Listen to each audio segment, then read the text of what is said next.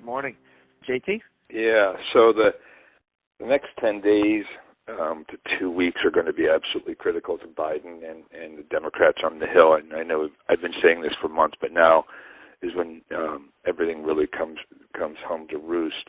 And it's really not looking pretty for the Dems right now. Just in the past 3 or 4 days, you've got the Democrats disagreeing or dissenting, completely disorganized on almost every front and every major issue, from the size of the reconciliation package, when to pass infrastructure, the budget, tax reform, even drug pricing.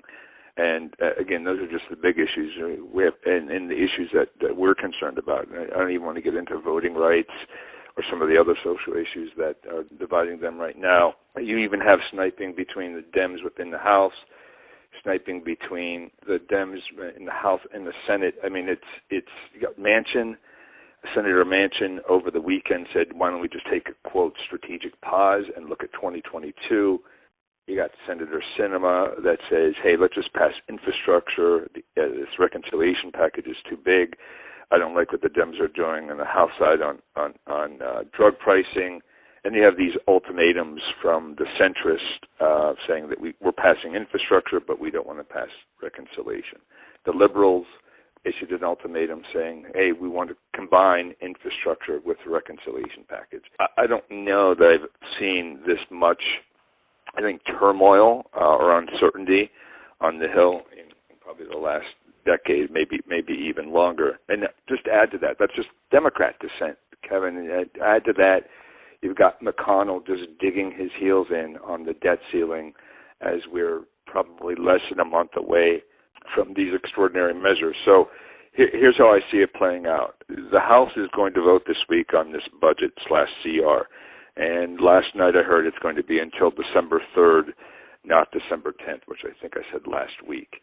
It's yet to be seen whether or not there are going to be other things attached to that CR. Again, don't expect Republican votes right now, but it looks as if Pelosi will, the things she will attach will be disaster relief, given the hurricane damage and the fires out west, and then potentially money for Afghan refugees. And that will come to the floor at some point this week. And I do think ultimately they get that CR passed. If they don't vote on infrastructure on September 27th or 28th, they'll vote on it, I want to say shortly thereafter. I still don't think the infrastructure bill is imperiled. I think that it will pass at some point.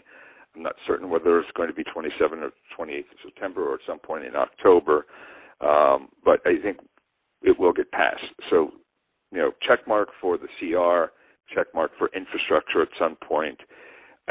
The same can be said for the debt ceiling. They get the debt ceiling. There's no way in hell that they're going to default on U.S. obligations. Where it gets dicey and where the crystal ball is not as clear is what happens with reconciliation and whether or not that debt ceiling gets tied to reconciliation. And the things that are in doubt are, again, with each and every passing day, I continue to say that the $3.5 trillion price tag is way too high. I came down to, I think, 2.2 to 2.5 trillion about 2 or 3 weeks ago.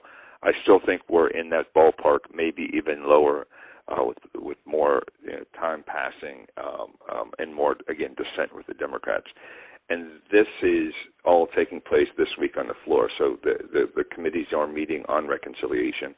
They're trying to put the final touches on it, but they still can't get to agreement on any of these issues, not to mention this last item that I know everyone on the phone is concerned about, the size of the tax package right now and where that ends up at the end of the day. So I think those decisions are being made this week, will be included in reconciliation. As time passes and this extends beyond September, I think that the ultimate size of whatever they pass, it hits $2 trillion or even less at some point if it gets later into the year. So I think positive news, even though it doesn't seem like it today, and I think there's going to be a lot of noise this week, positive news ultimately on the CR, ultimately on infrastructure. Again, the debt ceiling will get done, but it has to get done with Democratic votes. And the only way to do that is attach it to reconciliation. So that's moving forward, that's a little dicier from a prediction standpoint, but the debt ceiling gets done ultimately. The big question mark, of course, is what the Democrats end up with on an agreement on reconciliation size, and of course where we end up on taxes. Hey there, Hedgeye Nation, or if you're not part of Hedgeye Nation, thanks for watching Hedgeye on YouTube. If you haven't already, make sure to click on the button below there. Subscribe to our YouTube page. You can also follow the link in the description to our website to get even more great investing content.